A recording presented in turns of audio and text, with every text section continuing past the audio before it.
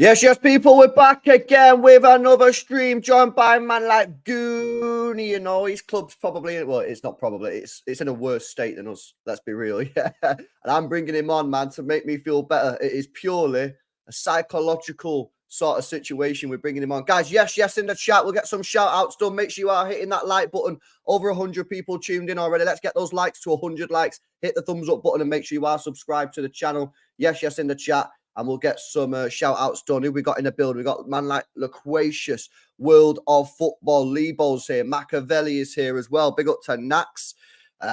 Big up to Footy Judge Mo on his channel after this. Itchy Goat is here. VTech City, yes. Hayden. Roberts here as well. Big up to Lauren. Lorenzo's here. Elder, VTech City, VJ, Matty. Big up to you guys. Hopefully you're all doing well, guys. Make sure you are hitting that thumbs up button. We're down bad, guys. We're down bad. No win in 4 games, 3 draws and a loss yesterday. We are now in 4th position in the Premier League. Aston Villa have overtaken us. We're over a third of the way through the season, and things are not looking good. But things are also not looking good for Chelsea. We're going to spend the first part of the show speaking on Chelsea, and then we'll come on the second half of the show speaking about City. Big up, Goonie, bro. I was going to say you're good, man. Outside of football world, things are good. Yeah, outside of football, bruv, I can't really complain. Got my family, they got their health. My son is just constantly on his boxing thing. Got to wake up 5:30 like every morning to take him, and then he goes to school. But that's his own dedication. That's off his own back, and he's only 8 years old, so I can't really complain, man. I love it, bruv. That's yeah. I mean, getting up at that time as an 8-year-old man, he must love it. So big up to him. Yeah, he better be world champ in the future, bruv. All these fights. Yeah. We'll sell out Madison Square Gardens. We will be there. I'll be doing a watch along. Bro, talk to me, man. Your club. I mean, just things with your club. Like 1 minute they seem like things might be picking up, and then boom, you just get absolutely slammed all the way back down. You're now in 10th position. Only due to the fact that you've scored 3 more goals than Brentford, because they're on the same point, same goal difference. So it's now down to goals scored. If you'd scored a few less goals, you'd actually be in the bottom half of the table. I'm not seeing the game yesterday. Obviously, City was on at the same time, but by all accounts, you guys got absolutely smoked, man. Like, bro, what is going on at Chelsea, bro? This can't continue. Well, it's like I've been shouting from the rooftops for months now. Do you know what I mean? Me, you know, when things get started, I like to give, you know, people or whatever it is opportunities to prove themselves. I understand that sometimes things don't always hit the ground running, but as soon as I sniffed that something was not right, I started to speak, and I spoke a little early, and lo and behold, here we are. Here we are. This result that we saw yesterday was absolutely no surprise to me whatsoever. I've got a good friend called Darko who's on Twitter. Quite a few people follow him. He's very good for transfer news and things like that. And I told him earlier this week, if you think that we're going to go to Old Trafford and beat Manchester United with this current squad, you are having an absolute laugh, no matter how bad that they've been, because we are worse than Manchester United and way worse than Manchester United. The fact that Scott McTominay absolutely bust a £200 million plus midfield for joke yesterday should show you just exactly how much problems we're in.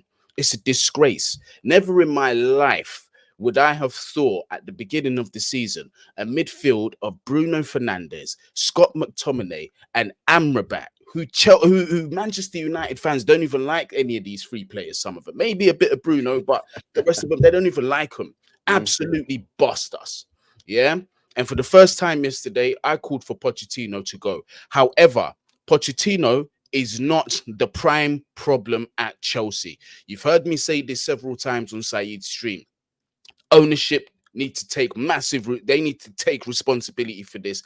And also as well, I'm seeing on the socials, these people are massively overlooked and forgotten. And that is our recruitment team. Our recruitment team are tasked to build a squad and give it longevity, right? We are not seeing any kind of progress. We are seeing regression at Chelsea Football Club. This is an absolute disgrace, mate. The players that we have got on this pitch are nowhere near good enough. Absolutely nowhere near good enough. Sanchez, not good enough. Levi Colwill, to me, although he's been playing left back and that's not his natural position, even at the centre back position, he's been looking sketchy. He needs another loan at bare minimum. Thiago Silva, 40 years old, is our player. There's something criminally wrong with that. Not to take a shot at Thiago Silva because he's had an amazing career and he's even had a good portion of a career at Chelsea Football Club as well. So it's not even a shot at him. Cucurella, not good enough. Enzo Fernandez, bang average. Bang average. His performances have not been anything more than bang average, mate. For 105 million pounds that we have spent on a midfielder, that is not good enough. I'm sorry, my standards will not be lowered. People will tell me, Goonie, you're being harsh, this, that, and the other. I'm tired of it, mate. I'm tired of it. How much more patience do I need to give a player that cost 105 million pounds? I say though, although he's not been here as long as Enzo, even him, I have not seen him put an above average performance. No Conor Gallagher yesterday. This is a midfielder that I don't even think is good enough for Chelsea long term in terms of us competing at the top and competing at all fronts. Not in the midfield, we capitulate. Even him, not good enough. My mantra with him is, while he's got the good performances, sell while high and buy a better player. Our front line is a disgrace. Absolute disgrace. Cole Palmer, fair play to him. He's looking like a decent player, but for me, I would prefer to judge him after a long period of time instead of judging him off the short period of time, which many of my fan base do. Nicholas Jackson, time and time again, from the beginning of the season, I've been telling people this guy is clueless. He is not good enough. They're telling me give him time. He's not played senior games, this and that and the other. He's 21, 22 years old. How old was Michael Owen when he burst on the scene? How old was Wayne Rooney when he burst on the scene? How old was Robbie? When was Robbie Fowler starting to put goals away? These kind of strikers. I'm not trying to hear it. Oh, he needs time. He's learning on the job. Not at Chelsea Football Club, you don't. Not at Chelsea Football Club, you don't. Maybe 1 or 2 or 3 at max could be learning on the job, but the rest of them, the other 8 players that are on the pitch, they should know what they're doing already. We do not have that at Chelsea Football Club, and this is on the recruitment. They are the footballing minds that are supposed to provide something for us on the pitch that we can see improve. But what they think is a great idea is going by these foolish data stats and putting in about 10 players, outfield players on the pitch. In fact, fuck it, include the goalkeeper. Putting everybody on the pitch with minimal experience or no experience at the top level, and they're expecting miracles. Right now, we're in relegation form. I said at the beginning of this, well, I said not even at the beginning of the season, but maybe 4 or 5 weeks in, we're not getting no top 4. Absolutely not. And right now, I'm saying this. We're not getting top 4. We're not getting Europa. We're not getting Conference League. We're not winning the FA Cup. We're not winning the Carabao Cup. We're not winning nothing. We'll be lucky to finish at the top half of the table. When I start saying these things, oh, you're negative, you're this or you're that. No, I tell the truth and I don't lie for anybody. I've never been one to lie. Even when the fan base is riding high saying, oh, what you saying now, Goonie? Nicholas Jackson got a hat-trick against Tottenham Hotspur. And I was saying, listen, 9-men Tottenham Hotspur is not a measure of improvement of any striker. You can bring in an ex-retired striker to come in and play, and they probably would have got 5 or 6 goals in that game. How about that? And I was told I'm being too harsh. These are the standards that the Chelsea fan base have fallen for because the massive PR at Chelsea has absolutely fleeced them, bruv. I'm not going to sit here and be one of those guys to just accept this shit. I'm not doing it no more. I'm not. And Pochettino definitely has to take responsibility for some of his tactics. It's not acceptable. It's absolutely not acceptable. They're gonna try and gloss all of this rubbish over in January. Guarantee you, Chelsea make a mega bid for Victor Osimhen. Chelsea will be linked with this guy, that guy. Oh, wait till these players come in. Now we're gonna have another chance the next season. I am not hearing none of it. I'm not hearing any of it. The only comfort that I am ever going to take from Chelsea Football Club is when I see points on the board and we're in the right side of the table. As of now, this is absolute bollocks. Yesterday's game was one of the worst performances I have ever seen. I'm 34 years old. I don't care. I reveal my age. 34 years old. Even before Roman Abramovich, I don't remember too many games that was bad as this. I do not. Going to Old Trafford and looking like Bambi in headlights, cuz. What are we doing here, fam? It was it was disgraceful. Garnacho, absolutely. The thing is, I don't even rate him as like one of the top prospects in the world, and he looked like it yesterday. Scott McTominay, bro. Yeah, this guy bossed us yesterday. Even Anthony, a player that Manchester United fans despise, looked half decent yesterday. If that doesn't tell you anything, then I can't help you. We are in a crisis. We are in a rut. We're at 100%. we are at a point at Chelsea Football Club where we should be this close from protesting. The season ticket holders that go to the home games should be checking in their tickets and walking straight out so nobody else can take them seats. Those guys, Bowley and whoever it is that are running the club, you can see profit is what matters to them, not success on the pitch. Prove me wrong otherwise, Chelsea ownership. But as far as I'm concerned, that's the situation. But right now, as Chelsea fans, we need to take a stand because, listen, at the end of the day, it's been bad for 2 seasons, but it's still early enough to make a decision. I'm not trying to go 10, 12, 15, 20 years in Arsenal situation before we have any glimpse or sniff at a Premier League title. That is not what it is at Chelsea Football Club. It's not. One of the most successful clubs in the past 2 decades, and this is the shit that we're going through. And we're told, oh, it's a process. We've got to take time with it. I understand the term of process. Process is meant to be progression, not regression. And that's what's happening at Chelsea. I'm tired of it, bro. Chelsea fans, if you're going to the stadium week in, week out, you got to take a stand. I understand how much you love to watch the club. You want to get behind your team. But if you love your team, send a message to that board. Send a message to that board. Hit them where it hurts in their pockets. Send a message to that board. Don't buy nothing at the stadiums. Don't be showing up. Empty them seats. We are the core of this club. We are the one who has the last say on this club. Because without us, they've got nothing. They've got no profits. They've got no support. They can't buy the players. They cannot implement their plans if we are not behind it. And we need to get onto them. Honestly, the recruitment team, get them out, sack them. Never wanted them in the first place. Your recruitment team for me is where this has all just gone wrong because, and I've been calling this out since day one. You gone down this strategy, right?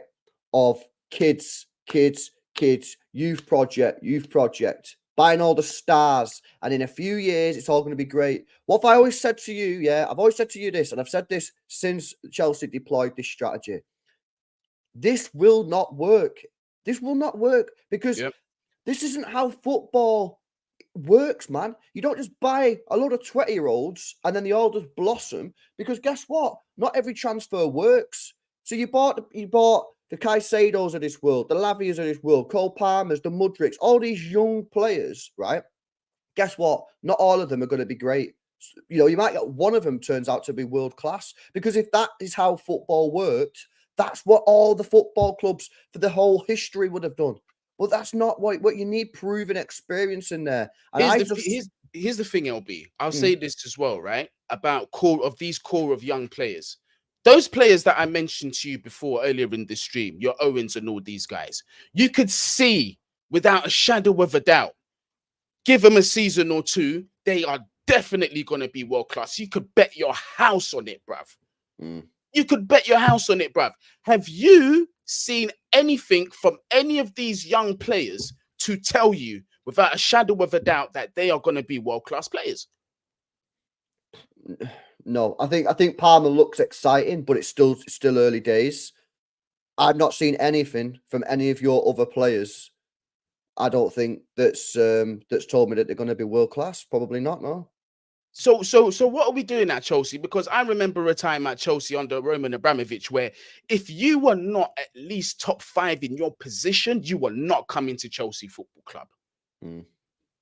Why has the standard dropped now? We're expecting different results. It's a madness, bro. Yeah, why is the standards dropped? You have to then question why have they gone down this route of youth football. Now, there's only a few possible answers. One is that they feel that buying all the young players is gonna be successful maybe in a year or 2. But by the way, we're already into our 2nd year. If they believe that to be true, then that tells me personally that they don't know anything about football. And it should tell you and everybody else that if that's what they think, they don't know anything about football, in my personal opinion. Because, like I said, from day one, I've called this out that it's not going to work because that's not how football works. It's never how football's worked. You don't just buy all the young players and then suddenly get a world-class team. That's just not how it works. Players flop, players underachieve, players won't grow into the world class like you're talking about, like Goonie was just saying. So option one is that they don't actually know how football works, and they just feel that by buying all the young players, that's how it's gonna. That's the best thing. Two, is it some sort of business thing where they think buying Caicedo now for 100 million, and they think that in a year or two he's going to be worth 150 million if the market keeps going that way? Well, again, that's not a great option because that tells me, and it should tell Chelsea fans, that they're not in it for the trophies, they're not in it for the success, they're in it for the money, and they're in it to generate profits. Other than that, can't really think of any other sort of options. But to me, and I'm sorry, right? I'm sorry. Again, this just comes back to the fact that I just don't think the people know anything about football at your football club, because the two most critical, important positions on a football pitch at any level, whether Goonie's 8-year-old kid goes from boxing to football, or whether you're talking elite level Champions League standard, Sunday League, dog and duck on a Sunday morning, to Premier League, Liverpool versus City. No matter what level you play at, the two most important positions on the pitch are goalkeeper and someone who can put the ball at the back of the net at the other end. And Chelsea Football Club has spent £1 billion and have Robert Sanchez in goal and Nicholas Jackson up front. Now, some people might say, oh, well, Nkunku's going to be a striker. There's absolutely no guarantee Nkunku's going to be a striker. If you look at his history, he's played everywhere. He's played left wing, centre attacking mid, right wing, false nine, striker. And his stats on transfer mats, if you look at him, is everywhere. So there's no guarantee he's going to be a striker. And to get Robert Sanchez in goal, I just think that is a disgrace. You spent £1 billion. You should have a top level. I'm not saying you have to have Alisson, but you've got to get one of the better goalkeepers up there. Absolutely. The All Blacks, the Donnarummas, the Courtois, the Ederson. You've got to be in that bracket. Robert Sanchez is for me a goalkeeper that should be playing for a team mid-table. I think he's a good goalkeeper, but he's not a goalkeeper to be winning your trophies, in my opinion. And Nicholas Jackson shouldn't be leading the line for Chelsea Football Club. So they spent £1 billion, and this is the problem that I have with Chelsea. Is I know you've had your injuries and stuff, but when I look at the team that you put out on the pitch, ignore $1 billion, bro. I don't even see 500 million. I'm looking at the squad thinking, where's the £1 billion spent here? You should have big names, and you have all these youth project players, and I guarantee that in 18 months' time, some of them will be sold or some of them will be loaned out because they won't develop at the rate that they think. Maybe Caicedo won't turn into the Kante or the Makalele. It'll just be average play. Same with Enzo. Same with Palmer. You don't know. It's no guarantee, man. It's funny you say that because there's this dude at my club who I was told give patience to. He goes by the name of Noni Madueke, right? He's already touted to be on his way out. What does that tell you? And we only signed him in the summer. What does that tell you? Mm-hmm. What does that tell you about Chelsea Football Club? This is the thing. And bang on, like you said, right? And I've been hitting this until the cows fucking come home, bro. Yeah? You never, ever, ever compromise your goalkeeper or compromise your striker. Following that, you don't compromise your spine. You never, ever do that. And Chelsea Football Club, in my honest opinion, have one of the bottom 3 goalkeepers in the Premier League and absolutely have probably one of the bottom 2 or 3 strikers in the Premier League. How is that acceptable? And people will say, oh, Goonie, you're being reactionary. No, I'm not. I have a history and a track record. I was saying this before it was even cool to say it. When we signed Sanchez, I said, this is an abomination. If this guy's going to be our number 1 goalkeeper, this is an abomination. When I saw Jackson after the preseason, I said, this guy is not a striker. You can't fool me. I know what I'm looking at. People will show me stats. Keep your stats. I don't watch football through pie charts and linear graphs. That's not what's on my TV when I watch games. I watch the players. I watch them off the ball. I watch them on the ball. And I trust my eyes to know enough that these guys are nowhere near good enough. If we were going to go on a massive spending spree, where we were supposed to overspend was the goalkeeper and the striker. And then you follow through with everything else. Facts. if you had told me, if you had told me, oh, we spent 105 million on Mike Maignan or somebody of that quality, and he's really worth 75 million, I don't care. I do not care. At least it's a top level goalkeeper. If you were to tell me, oh, we spent 150 million on Osimhen, or we're going to break the bank and sign Mbappe, I don't care. I do not care. It's a critical position. And go back and do your history, Chelsea fans. Our most successful periods of football, look who was in goal and look who was up top. Tell me where they would rank in world football. One of them is still playing to this day. Thibaut Courtois, where is he? Real Madrid. Didier Drogba, do I need to say more? Diego Costa, do I need to say more? Nicolas Anelka behind Didier Drogba, do I need to say more? Class. This is what I'm trying to say. Now we've gone to Nicholas Jackson and Amanda Broya. And this is the thing. This is not even a massive shot at Broya's way better than Nicholas Jackson, in my opinion. Absolutely. Way better than Nicholas Jackson, in my opinion. But he doesn't start games. Who do I have to look at for that? Mauricio Pochettino. I didn't even want to crash it on the manager. I didn't, because I know in many levels that he is handicapped. But the decision that this guy makes on the pitch, sometimes I cannot fathom them. I cannot understand them in the slightest. Ridiculous, naive decisions that are made week in, week out. And then after the game, you've got the nerve to turn around and say, I'm paraphrasing. This is not perfect quotes of what was said, but the gist of it was the guys gave it their all. The performance wasn't that bad. We go again. You should be sacked off the back of those statements. That's unacceptable. You should be sacked for saying that. Yeah, wild, bro. Wild. I mean, yeah, he did say, I did see the quotes, and obviously I didn't watch the game because City were on, but I seen everyone saying that Chelsea got absolutely battered, and then I was quite surprised. I mean, I know you're not a massive fan of the stats, but like this proves that you got absolutely battered. I mean, look at the XG there, 4.17 to 1.5. You did have more possession. That doesn't really mean a lot though. 28 shots to 13, only 3 shots on target in the whole game, 12 corners to 4. So 5 big chances as well, 4 missed. You guys missed a few chances as well.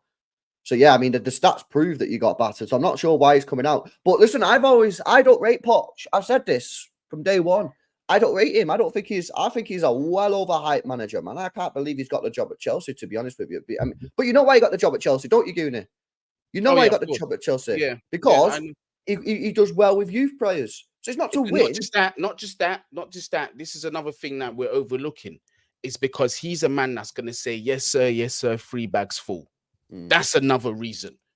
This guy is not going to antagonize the board upstairs. He's not going to go upstairs and say, listen, this bunch of crap that you're insisting of signing is not good enough. This is what I want. Go and get it. We're not going to get them kind of managers no more.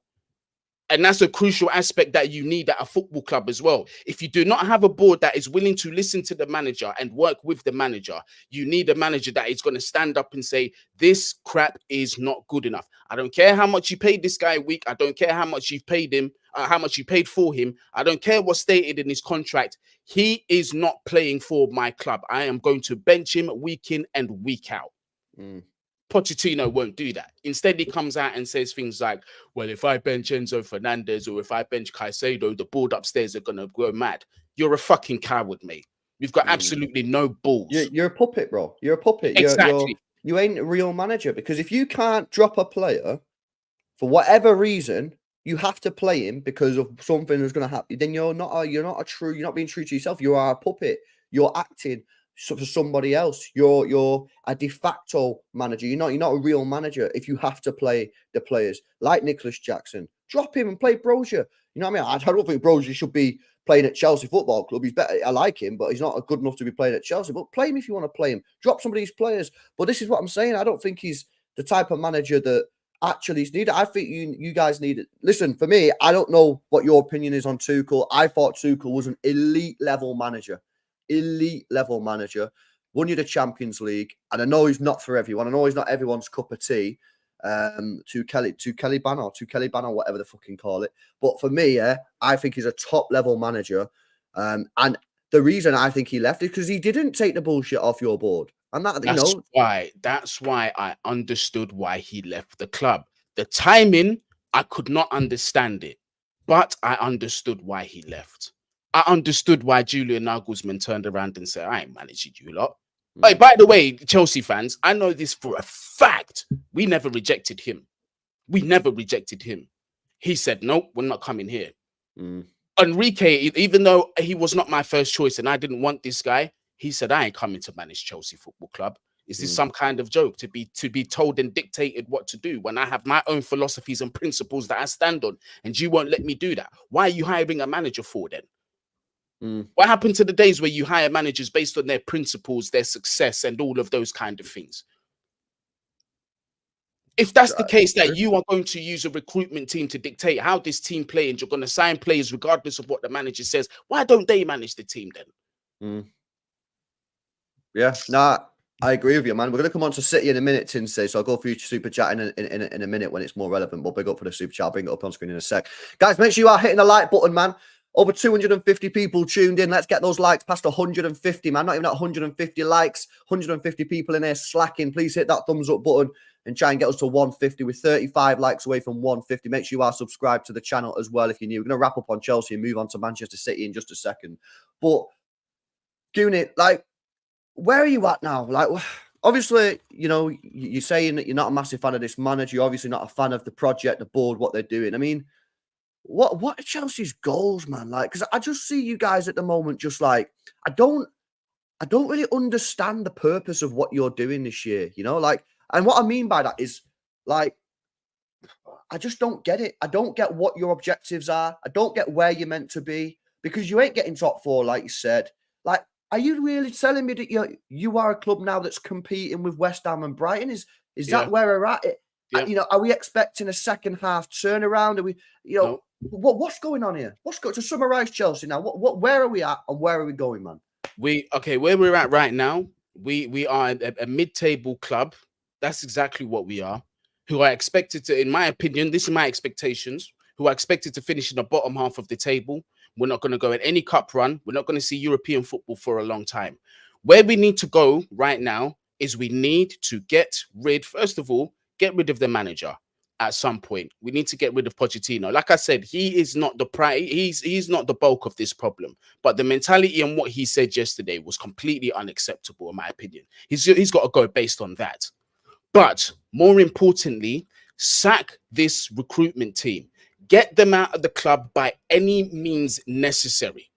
The ownership, we can't get them out. There's nothing we can do about it. They're going to be here for at least the next 8 years now. There's nothing we can do about that. But that recruitment team needs to go, because the model that they're trying to implement at Chelsea Football Club is not working. It is on a regression, not a progression. They need to get out of the club. Until we see those guys leave and we somehow get rid of some of the rubbish that they have signed and brought to this club, which is going to be almost next to impossible, by the way. But until we do that, I don't believe that we're going to see any type of progression. And when it comes the time to hire a new manager, hire somebody who's got the balls to stand up and speak. Now, I was never a fan of this guy coming back to the club, and I can't even believe that I'm saying this. As much as I love the guy, I can't believe that I'm saying this. Someone like Jose Mourinho needs to come into this club because he's got the balls to do so. He's got the balls to stand up and talk. I'm not saying that he needs to come back and win us a title or whatever. No, he needs to come and restore structure, and he needs to restore order, and he needs to come in and say, this guy you spent X amount of money on is not good enough, and regardless of what you tell me, I am never going to happen though, Goonie. It's never going to happen, because they don't want to be child, mate. They just want to live up there in the glass house and chill. They don't want anyone to come in and cause any issues, because they're not asked about issues. I don't think they're serious owners, man. You know what I mean? And I agree fully with what you're saying. I think Chelsea need a manager to go in there and say, just be brutal. You ain't good enough. You know what's funny, actually? Do you remember that clip of that Emma Hayes going round a couple of weeks ago? And she's obviously left Chelsea now, but there was a clip of her going round a couple of weeks ago where she was giving like a team talk after a match or whatever. And she said to the players, the Chelsea women, that last performance was unacceptable. We do not accept that at Chelsea. If you do not improve, you will be sold in the next transfer window, and we will get someone in better. You need like a manager who's literally going to go into them plays and say that. Whereas I feel like you've got this manager and it's just like arms around a player. You know what I mean? Oh, everything's great. You just got battered off United. Oh, everything's great. Great performance. Unlucky. Nah, you need like a Simeone, like a Jose Mourinho, someone to go in there and cause some chaos. But it ain't going to happen because that means that the owners will lose control, and that's what they want. They want control of the whole thing, man. And it's not going to happen. And this is why I think that you are literally hoping and praying that these players that you've signed come good. And you are right as well. If they don't come good, you're in the mud because who's going to buy them? You're going to take massive, massive losses on the money because no one's going to spend a lot of money on some of these players. They're all on 8-year contracts. So, you know, again, that's going to be hard to shift. They're all probably on good money. So listen, man, it is a madness. I just don't understand where Chelsea are at as a football club. I don't understand their philosophy, the goals, the strategies baffling. It's naive. And it just stinks to me, guys, of an ownership and leadership team that, in my personal opinion, just give me the vibes that I just don't think they know anything about football. I just don't think they do because football does not work in the way that they are making it out. Good chat on Chelsea there, bro. Big up, man. We are going to turn our attention to Manchester City. No wins in 4. A loss last night. We are now sitting in 4th. We've been overtaken by Aston Villa. Got a couple super chats here. Big up to Tinsey. Says Akanji Diaz, Ake, Stones, bro. You've been pushing this, innit? Stones, Rodri, Doku, Silva, Foden, Grealish, Haaland. You know what, Tinsey? I don't know whether you've convinced me just because the amount of times you've super chatted and put that team in, but I actually agree. I think that will be the team. Well, it won't be the team that will play, but I think it should be the team that plays. I'm absolutely with you there, bro. Big up for the super chat. And Mario, sorry, bro. I hope I'm saying your name right there. Says City also needs to sign a right winger like Neto. Yeah, I think we need one more winger as well, man. I agree with that. We ain't going to get that in January, no chance. But maybe in the summer we can have a look at a winger. Big up for the super chat, lads. Appreciate the support, guys. Make sure you are hitting the thumbs up button. Let's have a look what we're on now. 260 people tuned in. We've still not hit 150 likes, man. So we're 18 people away from 150 likes. Please hit that thumbs up button, guys. Yeah, come on, man. Don't cost you a penny. It really helps support the channel and put out the free content for you guys. Yeah, shocking. Let me just give a quick summary last night. Yeah, shocking last night. Honestly, it was a shocking performance. For me, it was the worst performance of the Pep era. I know some people, some people say, nah, Southampton last year was worse. Everton was worse. For me yesterday, though, it was just absolutely abysmal. We didn't have we had 2 shots in the whole game, bro. 2 shots. And those 2 shots came within a 10-second period of each other. So for basically 95 minutes and 50 seconds, we had 0 shots on target, 0 shots at all. Serious lack of creativity, serious lack of midfield. Yeah, really disappointed. The actual good thing is we actually defended quite well. You know, a lot of the balls that come into the box were headed away and cleared. Edison made some big saves. But other than that, there was a real lack of anything in the game. Effort levels for me seem to be a little bit down. They didn't seem to be fighting for the badge. And that's one thing that I asked before the game. I think Pep got his tactics wrong. And then taking Foden off, for me, was criminal. Unless he was injured or something, that we still not heard anything on that. That was criminal for me. Absolutely shocking. We're not in the worst position in the world. The one thing that I would say from this is that we lost 2 games on the bounce like a month ago. Not good. We've just gone 4 games in a row without winning a single game, and we've just lost. And we're only 6 points behind Arsenal. And they have some real tough fixtures coming up. And now we have 4 winnable games. John Stones is back. Rodri's back. Grealish is back. Doku is back. All these players were not available yesterday. And Kevin De Bruyne. We are all literally counting down the days, and hopefully he will be back within a month, which is great news. But we are now in a situation, let it be clear and let it be known, that every single game we play now is a must-win. Every single game we play is a must-win game. Goonie, I know you probably have not seen the game last night because Chelsea are on that, but what have you made of City, specifically in these last 4 matches and over the wide course of the season? Do you think that maybe we are just missing Kevin De Bruyne, missing John Stones, missing Rodri, or are you seeing it from a neutral point of view? Are you maybe seeing something else? What's your take on it, man? In your situation, honestly, you know, it might be a very simplistic way to view it. And you guys, listen, you watch Manchester City week in, week out as fans, but I can't always do that because we play games at the same time, and my priority is obviously Chelsea. But Obviously, with the history, especially under Pep Guardiola of Manchester City, I honestly don't think it's a crisis, because something that you just said towards the end of what you were saying is every game that we've got coming up next, we have to win those games. Who's the one team in the Premier League that can go on a relentless run? Manchester City. How many times have we seen it been done over the past few seasons? We see it all the time. So I've got no doubt that once you get your players back, that you are going to start to get the wheel rolling again. Any team in the world, be it Real Madrid, Bayern Munich, Barcelona, whoever it may be, misses Kevin De Bruyne is a huge miss, because De Bruyne is one of the most elite players in world football right now. And when a player of that caliber is not in your squad, of course the quality is going to dip a little bit, because you cannot replace that quality. You can't dip into the transfer market now and replace that quality. It'd be impossible. You can't. There's only one De Bruyne. John Stones has been integral to how you play as well. In terms of that, I hate to use these new hipster words, this hybrid stuff, but him going into that midfield and also contributing in that defense, he's excellent at doing so. John Stones is an all-round football player. I've grown to respect his ability. I never rated him before, but Pep has turned him into something that I never thought he would become. Obviously, you're telling me that Doku was not available. Another player that is quite effective on your wings. Rodri, for me, who after De Bruyne is probably the best player in your squad, in my honest opinion, coming back into your team. If he can avoid getting continual yellow cards, right, which I know is difficult in his position, but if he could do that, stay fit and stay available for Manchester City, that's another massive positive for you guys. I personally wouldn't be too worried. And I'll say this about the Tottenham game, because I did watch that, right?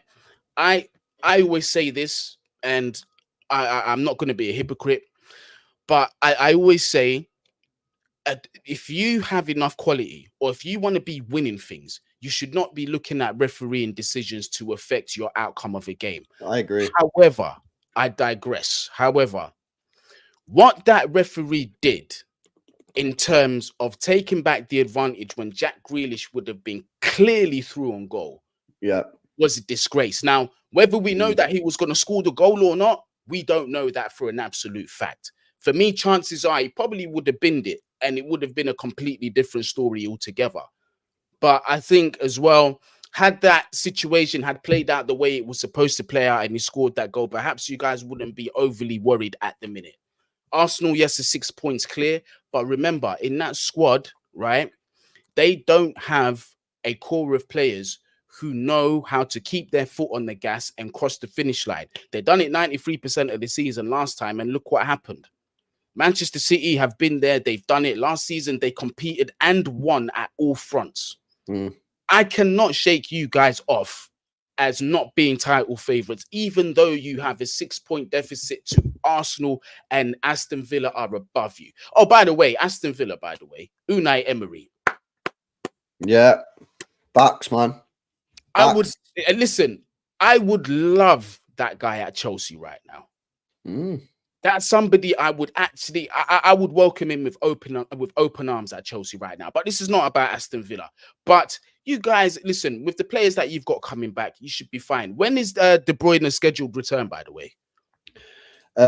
It's going to be basically, I think it's going to be for Newcastle, which is like the 13th of January. So we're basically like a month away. So the Premier League game. So the good thing is now, bro, like I'll get the fixtures up on screen so you can see like what we've got coming up. Like our fixtures coming up now are all winnable. Like difficult still, because I think all Premier League games are difficult. But we got Luton Town away. You'll win that. Like should be a win. Palace at home. You'll win that. That's postponed. Everton away. You'll win that. And Sheffield United at home. You'll win that. And then it's Newcastle away, which is, I think, hopefully, Kevin De Bruyne will be back now. Because he's been like just linked. I think what's happening with De Bruyne, bro, I think City are just taking the time with him. Because he's been just chilling for a while, and it seems like he's okay, but I think City just giving him a bit of extra time. Makes sense, though. It does make sense. It's one of them where it's like, you look at it now and you think, oh, we could have really done with Kevin De Bruyne in these last 4 matches, but he could have played in one of them and just pinged his hamstring again. So I think City just taking the time, and they're probably going to look for that Newcastle game 13th. I imagine they're looking at Newcastle 13th of January to bring him back for that, which is a super tricky game. But yeah, man, it's a bit of a man. What I'm saying is, I think if we can keep Edison. There's quite a lot here, but these are crucial for me.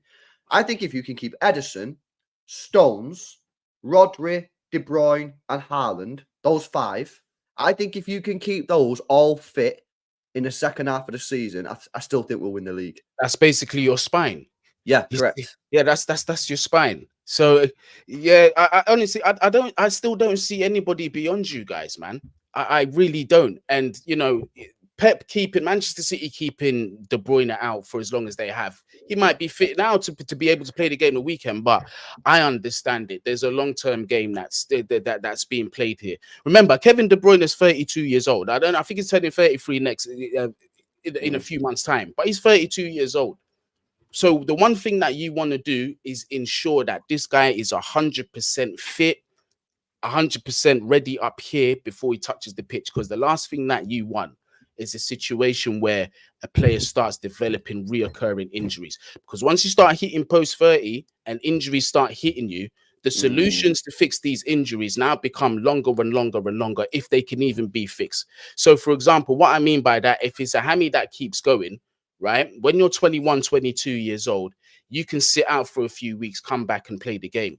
But when you're post 30 and your hammy keeps going, you're going to need a surgery. That's going to keep you out for months and months. Then you need your rehabilitation and so on and so forth. So I completely understand and respect the how they're going on about Kevin De Bruyne. I think that's actually good management on how they're dealing with the player. Yeah, no, I agree with it 100%. Big up to Chicken Wing with the super chat. Says, everybody calm really. We're only 6 points behind after playing all the top 10 teams without KDB. Arsenal have only played Newcastle and Chelsea away.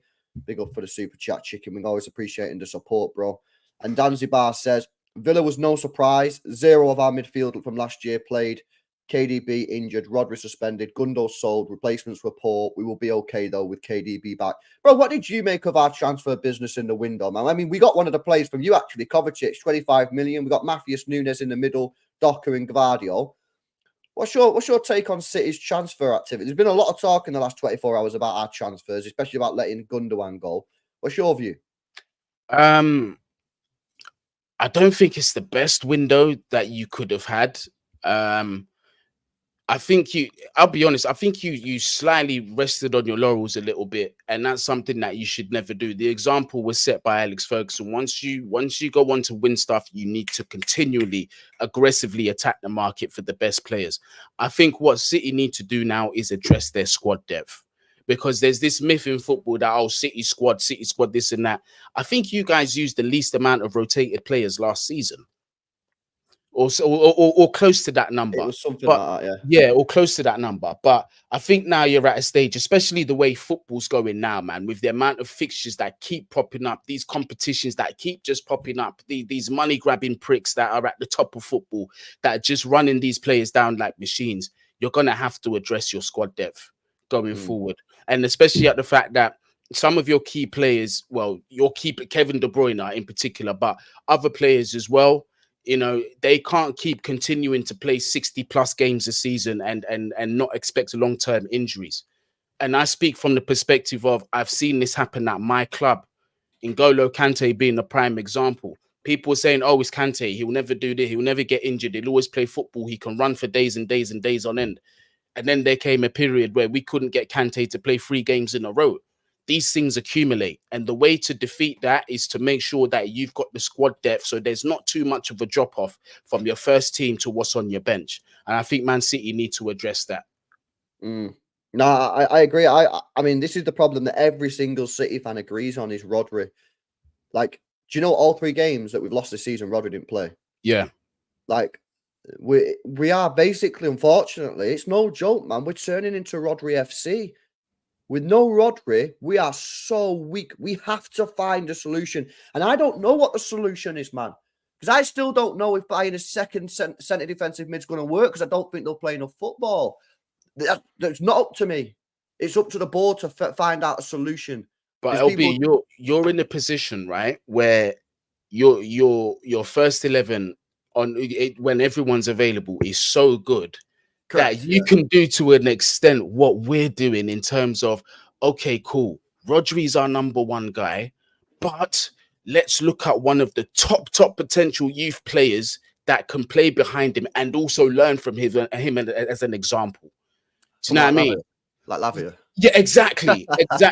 So, like, imagine if you had had a Lavia, I think he would have been able to step in and do a fantastic job for you. Because by now, the amount of experience he would have learned and the mentality he would have gained from that Manchester City squad, it would have been invaluable to him, and it definitely would have helped him improve. He would have been able to step in and do a great job for you.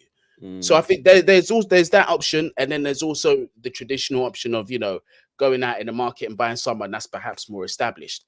Do you know what I mean? Someone's throwing in Kimmich as an option, but for him to be playing a number 6, I would kind of see him struggle a little bit in the Prem. Listen, don't get me wrong, Kimmich is a quality player, love him, but I see him working a bit better in the pivot, if I'm honest. But I think Kimmich could be a legit option of basically doing what Gundogan did, because Gundogan kind of did that last year, didn't he? And like he played sometimes a drop deep and play a little bit sideways with Rodri. Sometimes he'd be given the freedom to go forward.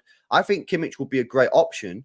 And when Rodri's like injured or suspended, he can maybe fill in, because this is the thing: we don't need a player to be able to play 38 games as a 6, right? We just need to be able to play in that position for a couple of games and get away with it. We don't need them to drop 10 out of 10 performances. We just need to say, right, Rodri's suspended.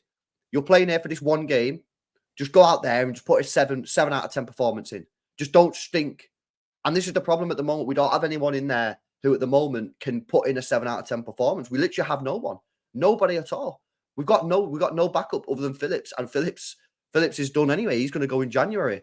So we are struggling. There's a couple of options here from Andrew with the super chat. Says, big up, guys. In my opinion, LB, City are massively burnt out.